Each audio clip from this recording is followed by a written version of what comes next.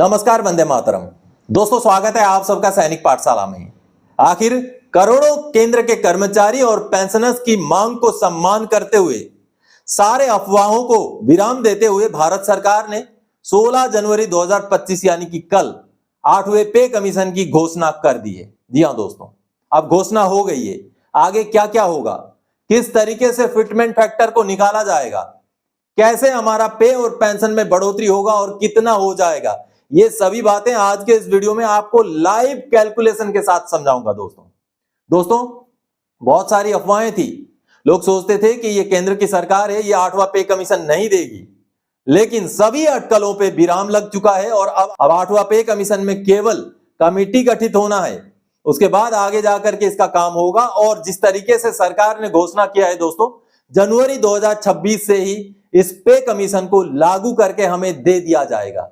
जी हां दोस्तों, हालांकि अब एक ही साल का समय बचा है, लेकिन फिर भी अगर पे कमीशन सही समय से काम करे तो हमारा सही समय से पेमेंट पेंशन का रिवीजन हो जाएगा। दोस्तों, तो आपका पेंशन कितना बनेगा, आपका पेमेंट कैसे बढ़ेगा, फिटमेंट फैक्टर कैसे निकाला जाएगा, ये आपको आज के इस वीडियो में समझाऊंगा। दोस्तों, आखिर 7वें पे कमीशन में 2.57 का फॉर्मूला कैसे निकला था, वो भी आपको समझाऊंगा, ताकि आपको समझने में आसानी होगी कि 8वें पे कमीशन में हमारा फिटमेंट फैक्टर कितना तक बैठ सकता है। जी हां, इन्हीं विषयों को लेकर के आगे बढ़ेंगे आज के इस वीडियो में।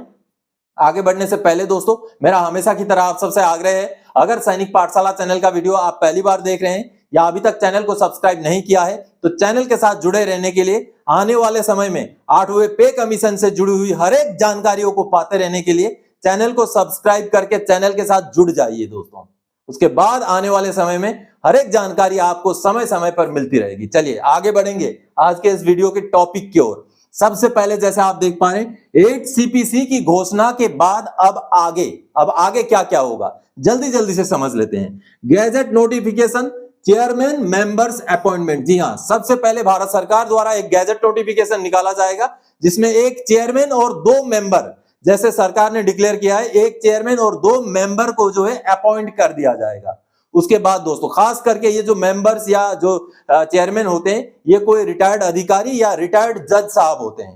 तो उसके बाद जैसे ही कमिटी जो है बन जाएगी, उसके बाद आगे काम होगा दोस्तों, meeting of the committee with stakeholders. जी हाँ, इस कमिटी की मीटिंग होगी किसके साथ, केंद्र के कर्मचारियों के जो संस्थाएं हैं या केंद्र के जो विभाग हैं, केंद्र के जो मिनिस्ट्री है उनके साथ ही साथ पेंशनर्स एसोसिएशन के साथ भी इन कमिटी की जो है मीटिंग होगी। दोस्तों, विभिन्न विषयों को लेकर, बहुत सारी जो विसंगतियां हैं उनको लेकर के, जो मांगे हैं उनको लेकर के मीटिंग्स होंगी। दोस्तों, समय समय पर, जगह जगह पर होगी, एक जगह पर नहीं होगी, पूरे भारत वर्ष में हर एक जगह पर ऐसी मीटिंग्स होंगी। उसके बाद आगे दोस्तों, collection of points from various stakeholders, इन सभी के साथ मीटिंग करने के बाद सभी के पॉइंट्स लिए जाएंगे, क्या क्या बातें हैं, क्या क्या कहना चाहते हैं लोग, वो सारे पॉइंट्स भी लिए जाएंगे।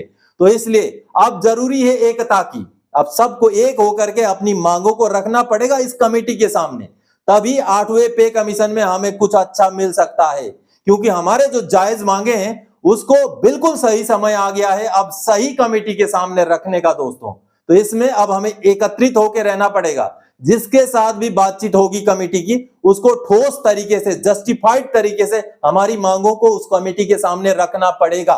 उसके बाद पॉइंट्स कलेक्ट किए जाएंगे उस कमेटी द्वारा। उसके बाद आगे दोस्तों, study and analysis of previous CPC anomalies. जी हां, जो पिछले सीपीसी के, पिछले पे कमीशन के जो एनोमलीज थे, जो विसंगतियां थे, उनके ऊपर भी स्टडी होगा, एनालिसिस होगा, और उसमें जो विसंगतियां हैं वो आगे ना रहे 8वें पे कमीशन में, उस तरीके के भी स्टडीज होंगे। दोस्तों, उसके बाद आगे, preparation of the report by the committee, working out of the fitment factor. जी हां, उसके बाद रिपोर्ट प्रिपेयर किया जाएगा, उसके बाद फिटमेंट फैक्टर को बनाया जाएगा। दोस्तों, आखिर फिटमेंट फैक्टर कैसे बनाया जाएगा, अब यह महत्वपूर्ण विषय है।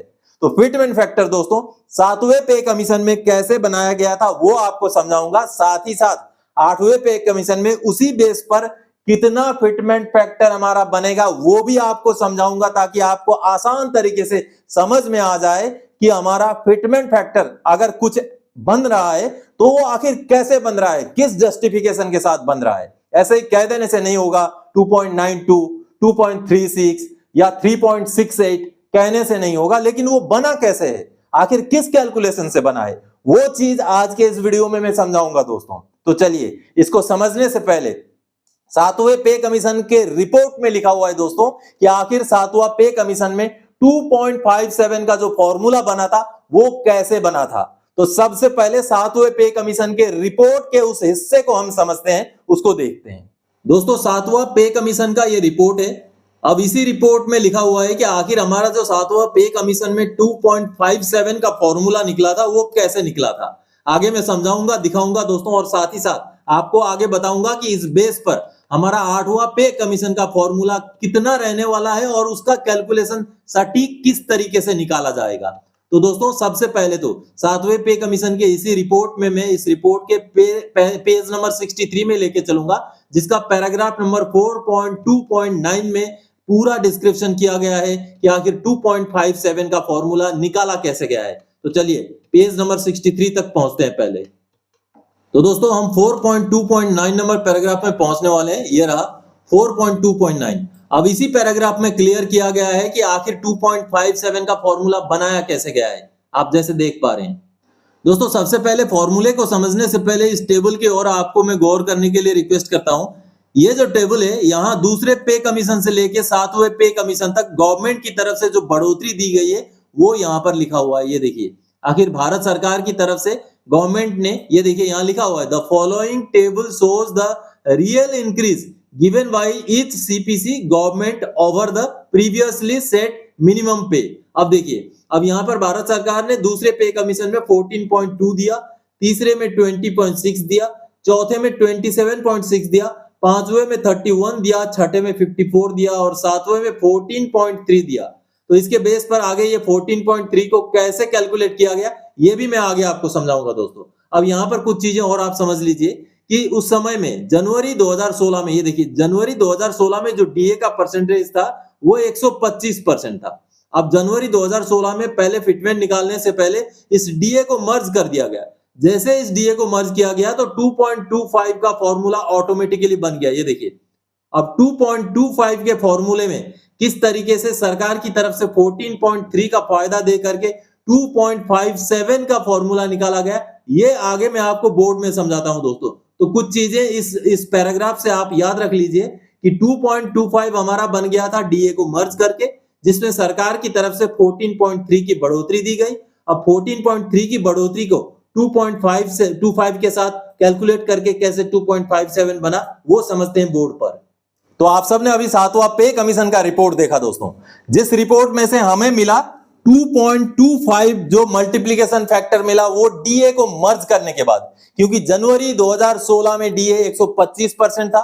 125% को अगर आपका बेसिक में मर्ज कर दीजिएगा तो उसका फॉर्मूला बनता है 2.25, जो रिपोर्ट में भी लिखा हुआ था। तो 2.25 बन गया दोस्तों। उसके बाद सरकार की तरफ से जो बढ़ोतरी दी गई थी सातवें पे कमीशन में वो दी गई थी 14.3%। अब ये जो 14.3% है, ये अगर 2.25 को आप 14.3% निकालेंगे दोस्तों, जो कैलकुलेटर में मैं निकाल के दिखाता हूं, ये देखिए 2.25 को मैंने 14.3% निकाला तो कितना निकलता है 0.32। जी हां, उसी हिसाब से 0.32 निकल जाता है। तो इस 0.32 को आप अभी 2.25 के साथ जोड़ दीजिए। 2.25 जो डीए मर्ज करके मिला था उसके साथ 0.32 को जोड़ देंगे तो सातवें पे कमीशन में इस तरीके से हमारा फिटमेंट बनाया गया था 2.57। तो आपने समझ लिया अभी सातवें पे कमीशन में कैसे फिटमेंट बनाया गया। अब हमारा इसी तर्ज पे अगर आठवां पे कमीशन में हम फिटमेंट बनाएंगे तो कैसे बनेगा। सबसे पहले तो हमें चाहिए जनवरी 2026 का डीए का आंकड़ा। जी हां दोस्तों, आज के डेट में हमारा डीए है 53%। अब आगे 3 बार इसकी बढ़ोतरी होनी है, जनवरी 2025 में, जुलाई 2025 में और जनवरी 2026 में, क्योंकि आपने सातवां पे कमीशन का कैलकुलेशन में देखा कि जनवरी 2016 तक का लिया गया था, तो अब की बार भी जनवरी 2026 तक का लिया जाएगा। तो अगर हम मिनिमम भी बढ़ोतरी मान के चलें तो 3 बारी में 3% करके मानते हैं। आज के डेट में 53% है, 3% अगर जनवरी 2025 में बढ़ जाए तो 56%, 3% अगर जुलाई 2025 में बढ़ जाए तो 59% और 3% ही अगर जनवरी 2026 में बढ़ जाए तो हो जाएगा 62%। और 62% को अगर आप बेसिक में मर्ज करें तो उसका मल्टीप्लिकेशन बनेगा दोस्तों सिंपली 1.62। 1.62 हमने निकाला डीए को मर्ज करके। मैंने केवल 3% के हिसाब से आगे 3 बढ़ोतरियों को लिया, उसको डीए में जो है बेसिक में मर्ज कर दिया। तो बेसिक जब डीए मर्ज हो जाता है तो बन जाता है 1.62। अब पिछले पे कमीशनों में आपने देखा था दोस्तों 14.2 से लेके 54% तक सरकार की तरफ से बढ़ोतरियां दी गई हैं अलग अलग पे कमीशनों में, जिसमें सबसे ज्यादा बढ़ोतरी छठे पे कमीशन में दी गई थी 54% की। लेकिन अब की बार हम 8वें पे कमीशन में मिनिमम भी मान के चलते हैं, मान लीजिए 18 से 20 के बीच में, मान लीजिए फॉर एग्जांपल हम 19% मान के चलते हैं। मेरा ये आकलन है, ये एक अंदाजा है। 19% भी अगर मान के चलें दोस्तों तो 19% जो होता है, अगर 1.62 का आप 19% निकालेंगे तो ये कैलकुलेशन देखिए, 1.62 का मैंने अभी 19% निकाला तो 19% में कितना निकलता है दोस्तों 0.30। तो ठीक है, अभी हमारा निकल गया 19% यानी कि 0.30। पहले से हमारा डीए मर्ज करके कितना निकला था 1.62। अब इसके साथ 0.30 हम जोड़ेंगे तो कितना बनता है फिटमेंट फैक्टर 1.92। तो एक्सपेक्टेड फिटमेंट फैक्टर आने वाले 8वें पे कमीशन में 1.92 होने के आसार हैं। और वो कैसे होने हैं वो भी मैंने आपको बिल्कुल जस्टिफाइड तरीके से समझा दिया। 7वें पे कमीशन में जैसे 2.57 निकाला गया था उसी तरीके से 8वें पे कमीशन में उसी फॉर्मूले में अगर सारी चीजें होती जाएं तो दोस्तों 1.92 फिटमेंट फैक्टर रहने के पूरे चांसेस हैं दोस्तों। इसी के आसपास का कोई फिटमेंट फैक्टर बैठ सकता है 8वें पे कमीशन में। लेकिन सबसे बड़ी चीज डिपेंड करेगा सरकार की तरफ से हमें बढ़ोतरी कितनी मिलेगी। मैंने 19% लेकर के ये परसेंटेज निकाला, अगर सरकार की तरफ से थोड़ा ज्यादा मिले 30%, 35%, 40% मिले तो ये फिटमेंट फैक्टर ऊपर भी जा सकता है, और अगर सरकार की तरफ से कम मिले तो ये फिटमेंट फैक्टर डाउन भी हो सकता है दोस्तों। तो दोस्तों ये तो रही मैंने किस तरीके से फिटमेंट फैक्टर 8वां पे कमीशन का निकाला, आप समझ गए होंगे। अब अगर 1.92 को हम मान के चलें तो हमारा बेसिक पेंशन, मैं पहले पेंशन की बात करता हूं, बेसिक पेंशन कितना बनेगा। ये सामने आप एक चार्ट देख पा रहे हैं दोस्तों, ये चार्ट है OROP 3 लागू होने के बाद आपका बेसिक पेंशन कितना है वो लिखा हुआ है। उसके बाद लाल कलर में दोस्तों आपका 1.92 मल्टीप्लिकेशन लगाने के बाद 8वें पे कमीशन में कितना बेसिक पेंशन बन जाएगा उसका आंकड़ा है। ये Y ग्रुप का है, आगे मैं X ग्रुप का भी दिखाऊंगा, और साथ ही साथ आगे दोस्तों फैमिली पेंशनर का भी आंकड़ा यहां पर दिया गया है। तो आप अपने रैंक के हिसाब से, अपना लेंथ ऑफ सर्विस के हिसाब से आपका बेसिक पेंशन आज के डेट में क्या है OROP 3 के हिसाब से, आगे उसी का मैंने लाल कलर में आपका आने वाले समय में 8वें पे कमीशन का एक्सपेक्टेड बेसिक पेंशन लिया है दोस्तों 1.92 का मल्टीप्लिकेशन लगा करके। अगला कॉलम फैमिली पेंशनर्स का है, उसके नीचे अब देखिए ये एक्स ग्रुप वालों का है। जहां भी आपका आंकड़ा होगा वहां पर आप वीडियो को पॉज करके समझ सकते हैं।